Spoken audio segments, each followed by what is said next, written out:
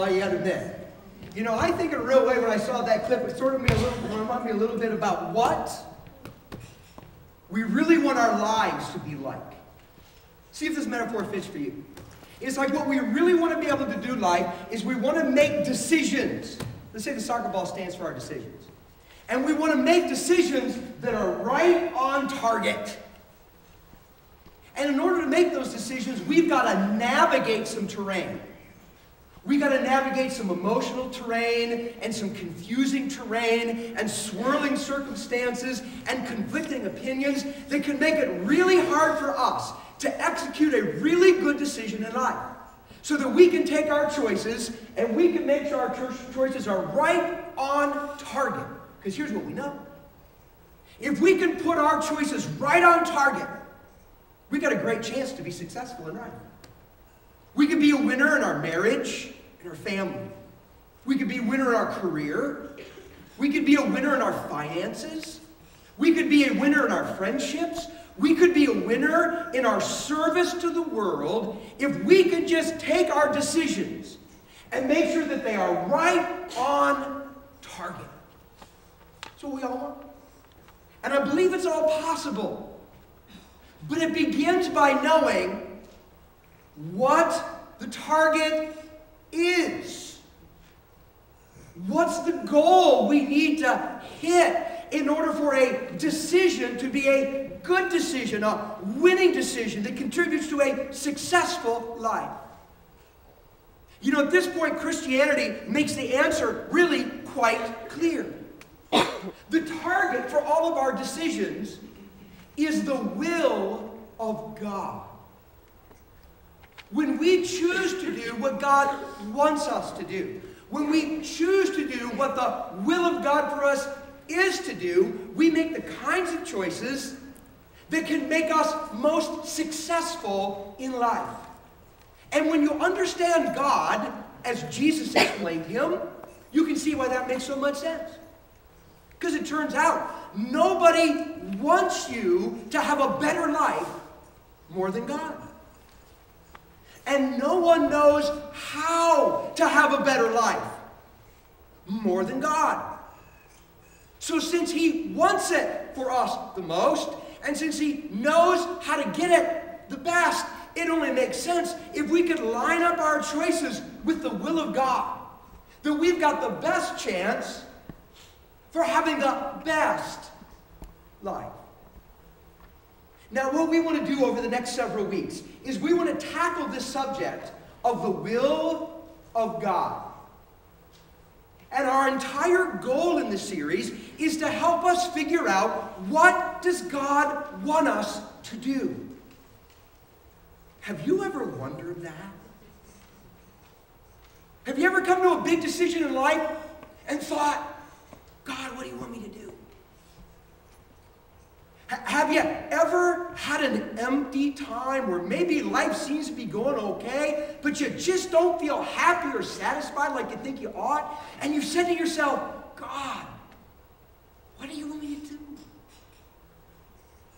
Have you ever really messed up in life? And you're dealing with the aftermath of some really bad choices, and you've cried out, maybe in your spirit, God, what should I do? Ever come to a crossroads in life? Ever been dealt a severe blow? And in brokenness, just said, God, what do you want me to do? Ever been there? Could it possibly be that somewhere, way down deep in our core, we just somehow sense, we just somehow suspect, we just have an inkling that God wants something for us.